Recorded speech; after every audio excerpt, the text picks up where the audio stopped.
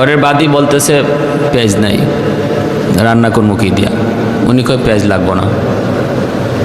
একটু পরে দেখা যায়, কিতাবে মাত্র পরে আসলো, দেখা যায় একটা কাক একটা পেঁয়াজ ঠুটে করে এনে রাবেয়া বসরির ওই রান্নাঘরের সামনে, ওনার সামনে, এই ঘরের বোয়ার সামনেই পেঁয়াজটা ফালাই দিছে পরিচারিকা। তো পরিচারিকা যে বোয়া, সে তো খুশি, পেঁয়াজ পেয়ে গেছে, রান্নাও করেছে। কিন্তু রাবেয়া বসরি পেঁয়াজের রান্না খানই নাই, উনি খালি রুটি খাইছেন। বলতেছে যে কাক পেঁয়াজ ফালাই গেল, এটা আল্লাহর তরফ থেকে আসছে, তো আপনি এটা খাইলেন না? রাবেয়া বসরি কয় না, এরপর আমার সন্দেহ হয় পেঁয়াজটা হালাল না হারাম। সুবহানাল্লাহ, যেরকম সুবহানাল্লাহ। আর আমরা হইলে কইতাম যে আল্লাহ আল্লাহ গাইবি হাতে পাঠাই দিছে, এর থেকে হালাল আর কিছু আছে নাকি? ওই যে আমার এক মুসল্লি একদিন বলছিল, ও নুরুদ্দিন সাহেব মনে হয় নাই আজকে দুনিয়া, বলছে হুজুর আমার অ্যাকাউন্ট থেকে টাকা নাই, না কে জানে বলছিলেন যে আমার অ্যাকাউন্টে দেখি টাকা নাই। ঘটনা কি, আমি টাকা জমা দিলাম, টাকা নাই। খোঁজ নিয়ে দেখি আমার অ্যাকাউন্টের টাকা ভুলে আরেকজনের অ্যাকাউন্টে চলে গেছে। পরে ওরে ফোন দিলাম, অনেক দিন পরে এই খবর হয়েছে যে ওনার অ্যাকাউন্টে টাকাটা ঢুকে নেই। তো উনি ফোন দিলাম, ফোন দিয়ে বসে পরে উনি বলতেছে, ভাই এটা আপনার টাকা, আমি তো ভাবছি এটা আল্লাহ গাইবীভাবে আমার অ্যাকাউন্টে পাঠিয়ে দিছে, আমি এই টাকা পাইয়া তো হজ করে চলে আসছি। উনি এই টাকা দিয়ে হজে চলে গেছে, আইসাই তো আলহাজ নাম লাগাবে, ঠিক না? কত বড় আলহাজ। আরেকজনের এই টাকা কোত্থেকে আসলো খবর নাই, কিন্তু কয় এই টাকাটা দিয়ে হজ করে আসে। কেমন হজটা হইছে আর কত বড় হাজি সাহেব হইছে উনি। রাবেয়া বসি বলেন আমার সন্দেহ আছে, কাকে ফালাক আর যাই ফালাক এটার উপর আমার সন্দেহ আছে। আমার চোখে দেখা যে জিনিস না, আমি দেখতেছি না যে এটা কার বা কিভাবে আসলো, কি হালত এটার, আমি এই পেঁয়াজের রান্নাই খাবো না। হালাল হারামের প্রতি তাদের কি পরিমাণ ভয় ছিল, ভীতি ছিল, কেন তারা হাত উঠাইলে আল্লাহর দরবারে সাথে সাথে কবুল হবে না? কেন হবে না? সন্দেহ হয়েছে, এর থেকেও দূরে থাকতেন।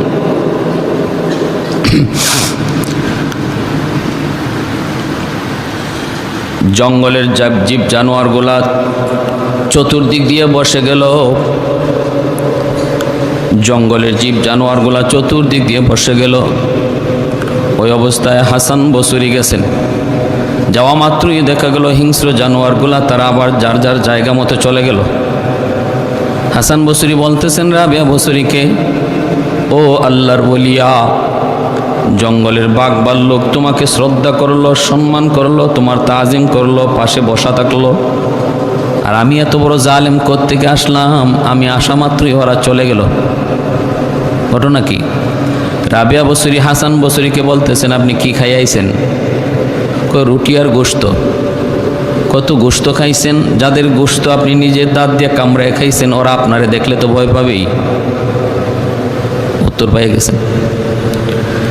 আল্লাহর ঘর বাইতুল্লাহর দিকে উনি সফর করেছেন, রাবেয়া বসরি সফর করেছেন, যাইতেছেন আল্লাহর ঘর।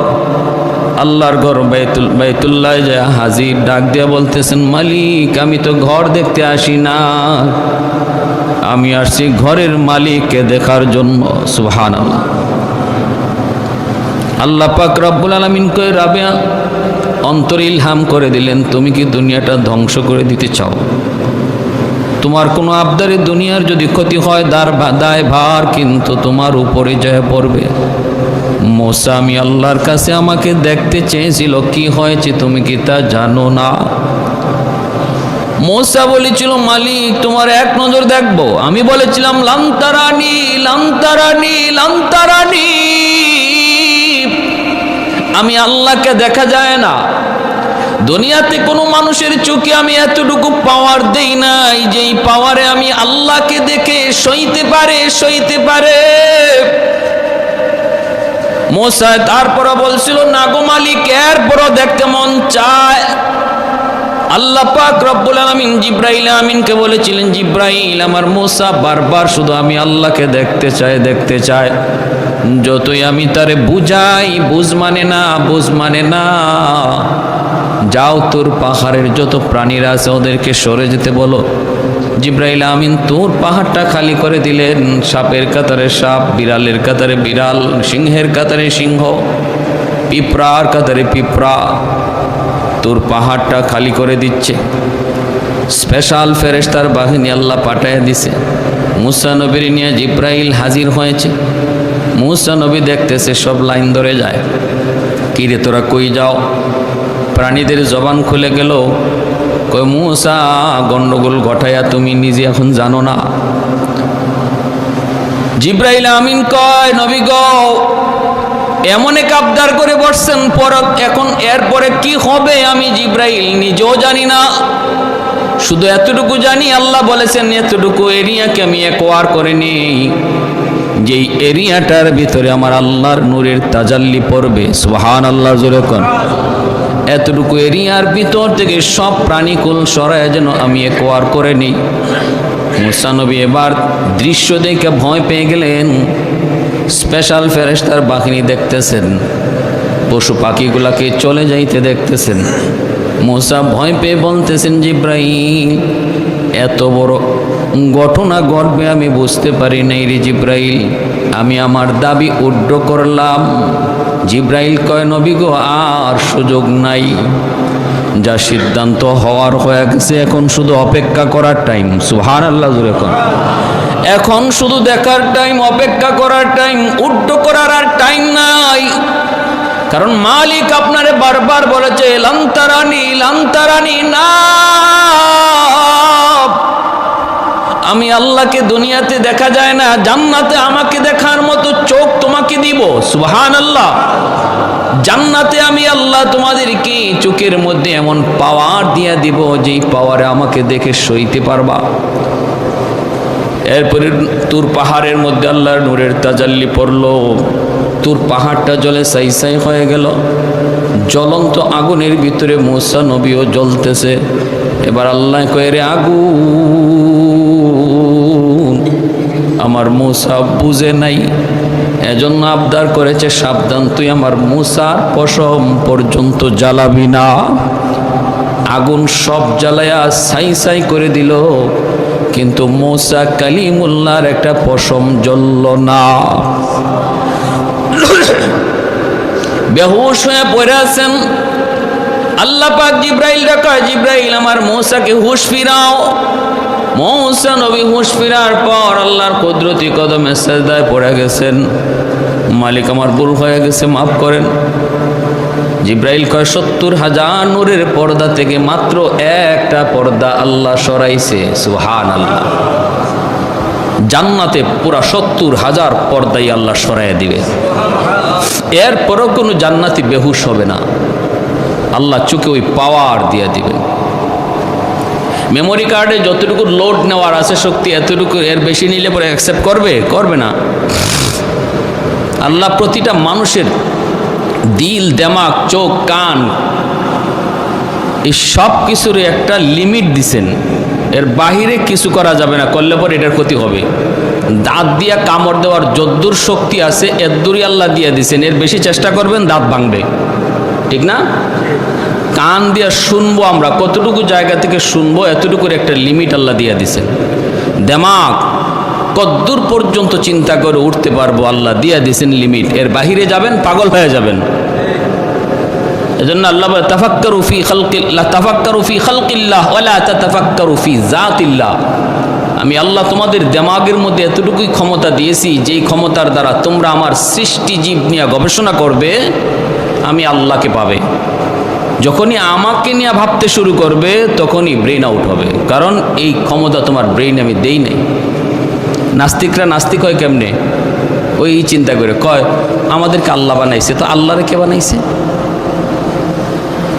আমরারে বুঝলাম আল্লাহ বানাইছে, আল্লাহরে কে বানাইছে? আল্লাহকে কে বানাইছে এটার চিন্তা করে সমাধান বের করার মতো দেমাগে যোগ্যতা আল্লাহ সৃষ্টিগতভাবে কোনো মানুষকে দেয় নাই। অতএব এই জায়গায় চিন্তা করলেই নাস্তিক হবে।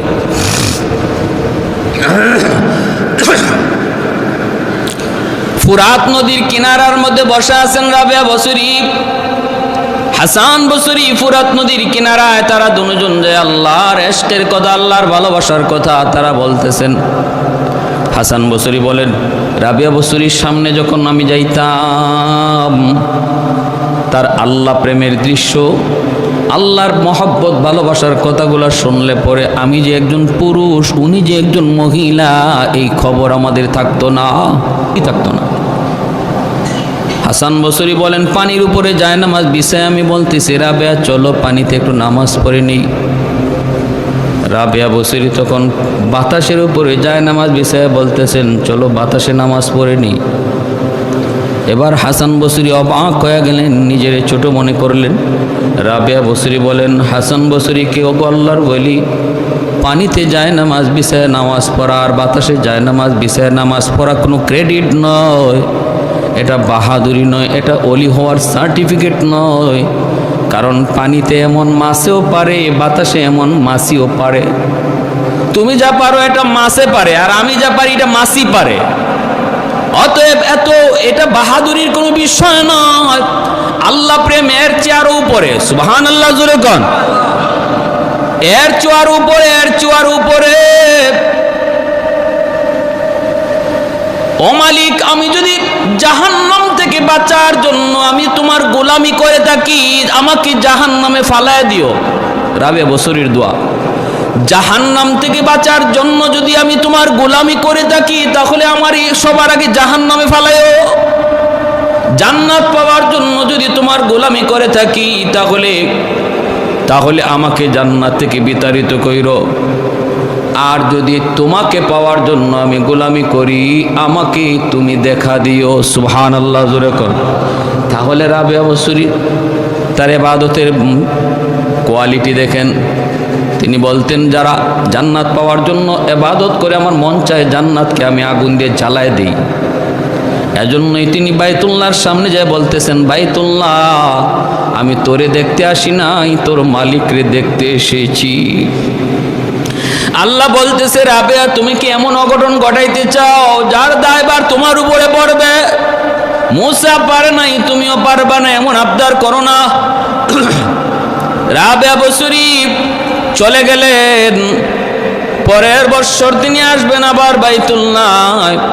আল্লাহ পাক বাইতুল্লাহকে আদেশ দিয়ে দিলেন, বাইতুল্লাহ তুমি আমার একজন পাগল আসতেছে, তার সংবর্ধনার জন্য তুমি বাইতুল্লাহ আগায় যাও। এই বৎসর হজে আসছেন ইব্রাহিম বিন আদহামও, বলকের বাদশাহ, আজকের আফগানিস্তান যার নাম। তখনকার সময় আফগানিস্তানের রাজধানী ছিল বলক, বর্তমানে কাবুল, একসময় ছিল গজনবী। আফগানিস্তানের রাজধানী বিভিন্ন সময় বিভিন্ন শহরে গেছে। ইব্রাহিম বিন আদহামও তিনি 17 বছর লাগাইয়া তিনি হজে গেছেন ওই বৎসর। কিভাবে? ওই 2 কদম 3 কদম 10 কদম আগান, 2 রাকাত নামাজ পড়েন, অবস্থান করেন। 10 কদম 5 কদম আগান, নির্ধারিত কয়েকটা কদম দেওয়ার পরই 2 রাকাত নামাজ পড়েন, 2 রাকাত নামাজ। এইভাবে সফর করে 17 বছরে ইব্রাহিম বিন আদহাম বাইতুল্লাহ যাইয়া পড়ছেন। সুবহানাল্লাহ জোরে কর। যাইয়া দেখেন বাইতুল্লাহ তার জায়গায় নাই, বাইতুল্লাহ তার জায়গাতে নাই। আল্লাহ ওলিরা তারা তো অন্তর্চক্ষু খোলা তাকায়, তারা মূল জিনিসটা দেখতে পেতেন, রূহ দেখতে পেতেন। এই হলো আমাদের বডিটা মূলত আমি নাসির নই, মূল ব্যক্তিটা হলো তার রূহ। এজন্য রূহটা চলে যাওয়ার পর দেহের নাম হয়ে যায় লাশ। রূহটা চলে যাওয়ার পর আমরা ব্যক্তিটার, মানুষটা এখানে পড়ে আছে, তার বডি পড়ে আছে, তার হাত আছে, তার চোখ আছে, সব কিছু আছে, কিন্তু কেউ নাম ধরে ডাক দেয় না, লাশ কয়। নাম বোঝা গেল রূহটার নাম, রূহটা চলে গেছে আর নাম নাই, বডিটা লাশ হয়ে গেছে। তো প্রত্যেক জিনিসেরই এমন রূহ আছে, বাইতুল্লাহরও রূহ আছে। ইব্রাহিম বিন আদহাম যায় দেখেন বাইতুল্লাহর কায়াটা পড়ে আছে, রূহ নাই। মালিক, এত কষ্ট করে বাইতুল্লাহ দেখতে আসলাম, বাইতুল্লাহ কই? ও মালিক, এত কষ্ট করে খানা কাবা দেখতে আসলাম, কাবা কই? আল্লাহ পাক রব্বুল আলামিন বলতেছে, তালাশ করো। মালিক, তালাশ তো করতেছি, দেখি না। নাকি আছে আমার চোখের সমস্যা?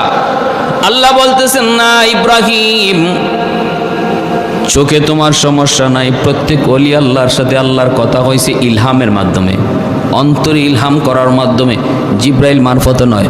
জিব্রাইল শুধু আসেন নবীদের কাছে, ওলিদের কাছে আল্লাহর কথা অন্তরে পৌঁছায় দেওয়া হয়, অন্তরের মধ্যে পৌঁছায় দেওয়া হয়। বলতেছেন না না, চোখে কোনো সমস্যা হয় নাই, বরং তুমি ঠিকই বলতেছো, বাইতুল্লাহ তার জায়গায় নাই। কারণ আমার একজন ওলি মহিলা, একজন পাগল, সে আসতেছে আমি আল্লাহর ঘর দেখার জন্য, আমাকে দেখার জন্য। তার সম্মানে বাইতুল্লাহরে আমি আল্লাহ পাঠিয়ে দিছি আগায়া আনার জন্য। সুবহানাল্লাহ। ইব্রাহিম বিন আদহাম সেজদায় পরে বলতেছেন, মালিক তিনি কত বড় ওলি, তিনি কত বড় আশিক তোমার। খালি হামাগুড়ি দিয়ে তিনি উঠছেন, আল্লাহর ঘর দেখে সেজদায় পড়ছিলেন, মাথাটা উঠাইছেন, উঠে দেখেন বাইতুল্লাহ হাজির, আল্লাহর ওলি রাবেয়া বসরিও হাজির। ইব্রাহিম বিন আদহাম যায় বলতেছে, গো আল্লাহর ওলিয়া, আপনি কত বড় বুজুর্গ, আপনি ইতিহাস সৃষ্টি করলেন, দৃষ্টান্ত স্থাপন করলেন। কারণ খানায় কাবা শুরু থেকে আজ পর্যন্ত কারো সম্মানে জায়গা থেকে যায় না, আজকে মালিক আপনার সম্মানে খানায় কাবারে পাঠায় দিছে। আপনি অনন্য, আপনি বেনজির, আপনি বেমিসাল। এবার রাবেয়া বসরি বলে, আমি অনন্য নই, আমি বেনজির নই, আমি তো কষ্ট স্যার আল্লাহর ঘরে এসেছি। বেনজির বেমিসাল তো হলো সে যে 17 বছর লাগাইয়া আল্লাহর ঘর দেখতে আইছে। সুবহানাল্লাহ। অথচ ইব্রাহিম বিন আদহাম কতদিন লাগাইয়া তিনি আইছেন, রাবেয়া বসরিকে বলেন নাই, শোনান নাই। আল্লাহ জানায় দিছেন, একে একজন আরেকজনকে চিনে। মানিকে মানিক চিনে, ওলি ওলিকে চিনে, আল্লাহওয়ালা আল্লাহওয়ালাকে চিনে। ভাইরা বন্ধুরা, জন্য বলতেছিলাম, এত বড় বুজুর্গ, এত বড় আল্লাহওয়ালা রাবেয়া বসরি, ওনার ঘরে 3 জন আল্লাহর ওলি, জগৎ বিখ্যাত আল্লাহর ওলি জমা হয়েছেন। তাদের আজকের আলোচ্য বিষয় হলো খাঁটি প্রেমিককে, আল্লাহর খাঁটি প্রেমিককে। খাঁটি প্রেমিকের আলামত কি? একথা বলতে হাসান বসরি বলেন, আমি তো মনে করি আল্লাহ পাকের পক্ষ থেকে যখন কষ্ট দেওয়া হয়, যে সবর করে, আল্লাহ পাকের কষ্ট থেকে যার উপরে পরীক্ষা আসে, সে হলো আল্লাহর ওলি। ওয়ালানাবলুওয়ান্নাকুম বিশাইইন মিনাল খাউফি ওয়াল জুউ' ওয়া নাকসিম মিনাল আমওয়ালি ওয়াল আনফুসি ওয়াস সামারাত ওয়া বাশশিরিস সাবিরিন। আল্লাহ নিজে বলতেছেন, যে যত বড় ওলি হবে তার উপরে আল্লাহর পরীক্ষা তত বেশি হবে। যে আল্লাহর পাগল যত বেশি হবে তার উপরে দুনিয়াবি পরীক্ষা তত বেশি হবে। একটার পর আরেকটা মুসিবত আসবে, বিপদ আসবে, সবর করবে, আর আল্লাহ তার মাকাম মর্যাদা জান্নাতে বাড়াইতে থাকবে। দুনিয়াতে কিছু মানুষকে আল্লাহ এমন পছন্দ করে, এটা আল্লাহর একান্ত, এটা আল্লাহর ইচ্ছা। এখানে আমাদের কোনো হাত নাই যে আল্লাহ অমুককে কেন এত ভালো পায়। আল্লাহ বলে, এটা আমার মনের বিষয়, আমার কুদরতি কলিজার বিষয়, আমি ওরে ভালো পাই, ওরে আমার ভালো লাগে, ওর হাসিটা আমার ভালো লাগে, ওর চলনটা ভালো লাগে, ওর পোশাকটা আমি আল্লাহর কাছে ভালো লাগে। কেন জানি না, কেন ভালো লাগে এর কোনো কারণ তালাশ করে পাওয়া যায় না। তখন আল্লাহ বলেন, আমার ভালোবাসার মানুষটারে আমি আল্লাহ জান্নাতে রাখবো। যেই জায়গায় রাখবো ওই জায়গা পর্যন্ত পৌঁছতে তার আমলে ঘাটতি আছে, আমল কম, অতিরিক্ত আমল কম। যেই জায়গায় পর্যন্ত পৌঁছা যায়, তখন রব্বুল আলামিন ওই আমলের ঘাটতিটারে পূরণ করার জন্য মাঝে মাঝে বিপদ দেয়, মুসিবত দেয়, পরীক্ষা দেয়। ওই পরীক্ষাগুলোতে সে যখন সবর করে করে আল্লাহর হুকুমে অটল থাকে, মালিক তখন তার ওই গ্যাপটা পূরণ করে ওই জায়গায় পৌঁছায় দেয়। আমলের দ্বারা যে জায়গায় পৌঁছার কথা, যখন সে ওখানে আমলের দ্বারা পৌঁছতে পারে না, তখন তার উপরে কিছু কষ্ট, মুসিবত, রোগ, বিপদ, পারিবারিক বিপদ, ব্যক্তিগত বিপদ দিয়া যখন দেখা যায় ওই বিপদেও সে মসজিদে হাজির, ওই বিপদের সময়ও সে আল্লাহর উপরে ভরসা রাখেই চলতেছে, তখন আল্লাহ আমলের ঘাটতিটারে পূরণ কইরা ওই জায়গাটার গ্যাপ পূরণ করে দেয়। সুবহানাল্লাহ।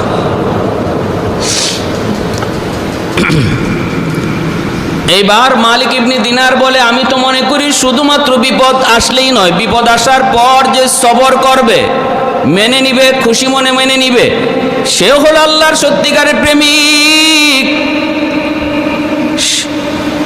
এভাবে এক একজনে এক একটা বলে। রাবেয়া বসরি কি বলতেছেন শুনেন। রাবেয়া বসরি বলেন, আমি মনে করি সেই হলো সত্যিকারের প্রেমিক, যার উপরে আল্লাহ বিপদ দেয়, মুসিবত দেয়, কষ্ট দেয়, এরপরে সে হাসি মুখে মাইনা নেয়, সবর করে। শুধু তাই নয়, বরং আল্লাহ পাকের দিদার দেখা মাত্রই সে সকল কষ্টকে হাসি মুখে আনন্দে গ্রহণ করে নেয়। যেমন ভাবে ইউসুফ আলাইহিস সালামকে দেখা মাত্র মিশরের নারীরা তাদের হাত কাটছিল, ওই হাত কাটার ব্যথা, রক্ত আর যন্ত্রণা ইউসুফ নবীকে দেখা মাত্রই যেমন তারা ভুলে গেল, তাদের চোখ দিয়ে পানি আসার কথা, কিন্তু ইউসুফ নবীকে দেখা মাত্রই আনন্দের হাসি হাসলো। কয় এই মানুষ যে আল্লাহর দেওয়া কষ্টকে আল্লাহ দেখা মাত্রই হাসি মুখে তার চেহারার কষ্টকে বিলীন করে দেয়, সেই হলো সত্যিকারের আশিক। তাদের আলোচনার আলোচ্য বিষয় কি, আর আমাদের এক জায়গায় বসলে আলোচ্য বিষয় কি হয়, আমাদের আলোচ্য বিষয় কি হয় আর কি হওয়া উচিত ছিল। আল্লাহু আকবার। ভাইরা আমার, ওয়াল্লাযীনা আমানু আশাদ্দু হুব্বান লিল্লাহ, এজন্য আল্লাহ বলে ঈমানওয়ালারা যদি বলো আমি ঈমানদার, তাহলে তোমার অন্তরে সবচেয়ে বেশি ভালোবাসা থাকবে কার? আল্লাহর সবচেয়ে বেশি ভালোবাসা। তোমার সামনে দুনিয়া আসবে, কখনো তোমার সামনে আখেরাত আসবে, দুনিয়ার আখেরাতে যখন টক্কর বাজবে তখন আল্লাহর ভালোবাসা অন্তরে বেশি থাকলে আখেরাতকে প্রাধান্য দিবা। দোকানে কাস্টমার চলে আসছে অথচ আজান শোনা গেছে, একদিকে শয়তান তোমার দোকানে কাস্টমার পাঠিয়ে দিয়েছে জামাত তরক করানোর জন্য। এবার তোমার সামনে পরীক্ষা, মহব্বত কার বেশি, মালের বেশি না মসজিদের বেশি?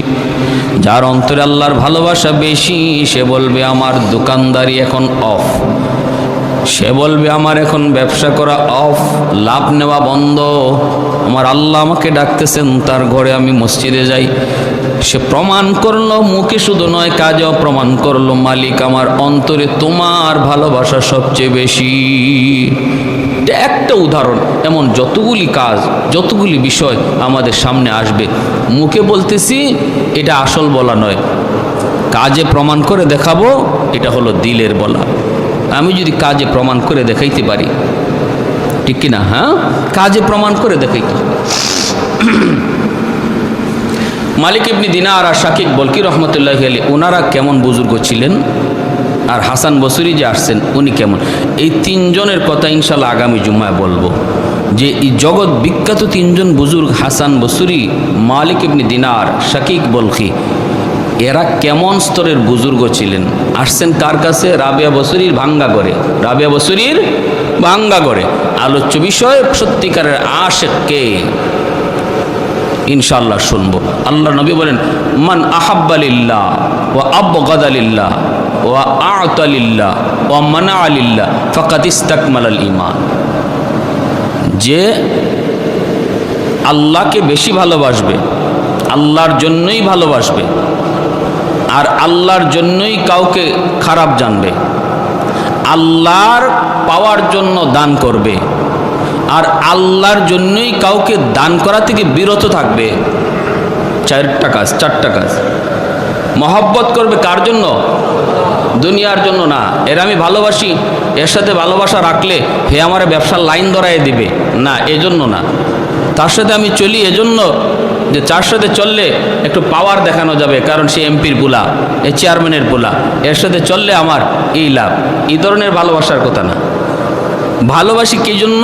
তার সাথে চললে, তারও ভালোবাসলে আমার নামাজের প্রতি আগ্রহ বাড়ে, তারে ভালোবাসলে আমি দেখছি আল্লাহওয়ালাদের প্রতি আমার মহব্বত বাড়ে, উলামায়ে কেরামের প্রতি শ্রদ্ধা ভক্তি বাড়ে, এজন্য আমি তার সাথে চলি, তারে মহব্বত করি।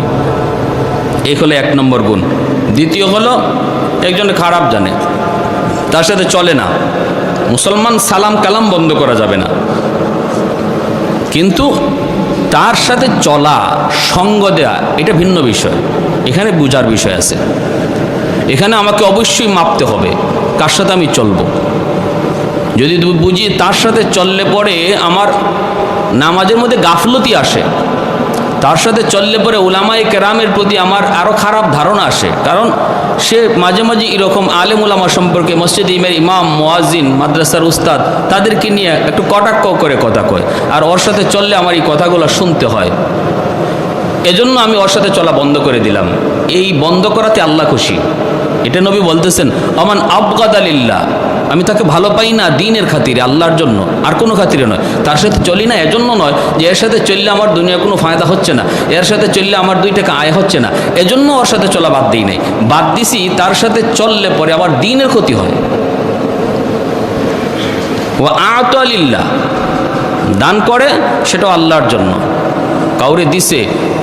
দেখেন, আমি আগেও বলেছি, আরও কোন জুম্মায় যেন বলেছি, বাসায় যে আমরা খরচ করি, এই যে বাজার করি, বাজার থেকে সন্তানের জন্য, বিবি বাচ্চার জন্য, এই খরচটাও নিয়ত করার সময় অন্তরে নিয়ত রাখবো খরচ করতে যে আল্লাহর জন্য করতেছি, তাহলে আমার এই খরচটাও দানের খাতায় লেখা হবে, আল্লাহর রাস্তায় দানের খাতায় লেখা হবে। আমার ঘরের সাংসারিক খরচ শুধু দিলের ভিতরে নিয়তটা রাখা। ওয়া আতা লিল্লাহ, তুমি যত যা খরচ করো নিয়ত করো আল্লাহ তোমার জন্য।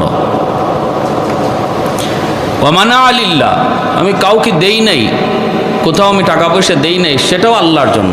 আমি জানি এখানে টাকাটা দিলে গুনাহ হবে, গুনার আয়োজন হবে, খেলাধুলার আয়োজন হবে, এখানে মহিলা আসবে, নর্তকী আসবে, গান গাওয়াবে, এজন্য দেই নাই। এই না দেওয়াটাও কার জন্য? আল্লাহর জন্য। আমি জানি এখানে না দেওয়াতে সমাজ আমাকে খারাপ জানবে, পোলাপানগুলো আমার সাথে কথা বলবে না, কোনোদিন বিয়াদবিও করতে পারে, কিন্তু তারপরও আমি দেব না, শুধু আল্লাহর ভালোবাসায়। কারণ সমাজের চেয়ে আমি আমার আল্লাহকে বেশি ভালোবাসি, রাষ্ট্রের চেয়েও আমি আমার আল্লাহকে বেশি ভালোবাসি, এই খাতিরে আমি দেই নেই। এই 4টা গুণ যার থাকবে, আল্লাহর নবী বলতেছেন, আমি গ্যারান্টি দিলাম সে পাক্কা মুমিন, ইমানদার। ফাকাদ ইস্তাকমালাল ঈমান, ফাকাদ ইস্তাকমালাল ঈমান, কদ শব্দ আইনা নিশ্চিত করেছেন আল্লাহর নবী, নিশ্চিত সে পাক্কা ইমানদার। এজন্য ভাইয়েরা আমার, খাঁটি আল্লাহওয়ালা চিনতে হবে, খাঁটি বুজুর্গ চিনতে হবে। আর পীর দাবি করাটাই এত সহজ কথা নয়, বুজুর্গ দাবি করা এত সহজ কথা নয়। আমাদের সমাজে তো এখন অলি গলিতে পীর পাওয়া যায়, অলি গলিতে চিপায় চাপায় পীর পাওয়া যায়। কে নাকি খেলাফতি দিয়ে দিছে, ওখানে যায়, ও এক জঙ্গল থেকে খেলাফতি দিয়ে দিছে, ওই চিপার থেকে এই চিপায় খেলাফতি চলে আসছে। হেও আবার বৃহস্পতিবারে কিছু লোকরে নিয়ে মজমা বসে, সেও আবার মুরিদ বানায়, হেও আবার কি বানায়? মুরিদ বানায়। ফানিবাত হয়ে গেছে, সস্তা। হ্যাঁ, কি ছিল আল্লাহওয়ালাদের জিন্দিগি, আর এটারে আমরা কই নিয়ে যাইতেছি। আল্লাহ তুমি সহি বুঝদান করো, বলি আমিন। সারা জীবন এমনও জানি আমি, আমার চোখের সামনে গিটার বাজাইছে, গান বাজাইছে, কলেজে পড়ছে, মাদ্রাসা বারান্দায়ও যায় নাই, হে নাকি খেলাপতি পাইছে, কে নাকি তারে খেলাপতি দিছে। এখন মুখে নাই দাড়ি, ফিসাব 2 দিন পরে আপনাদেরকে মুরিদ করবে, দাওয়াত দিবে, সাপ্তাহিক জলসা করবে, ধ্বংস করে ফেলতেছে, নষ্ট, গোটা সমাজ নষ্ট। এরা ইমানের ডাকাত। সাবধান, আমল কম করি কিন্তু আকীদা, বিশ্বাস, চিন্তা চেতনা, ধারণা সহি করি। ইতিহাস জানেন খাঁটি আল্লাহওয়ালাদের, তারা কি পাওয়ার নিয়ে, কি ধরনের আল্লাহর মহব্বত নিয়ে তারা চলতো, আর আমরা এটার কই নিয়ে যাচ্ছি। আল্লাহ আমাদেরকে সহি বুঝদান করুন। যারা সুন্নত পড়ি নাই 4 রাকাত কাবলার জুমা করুন।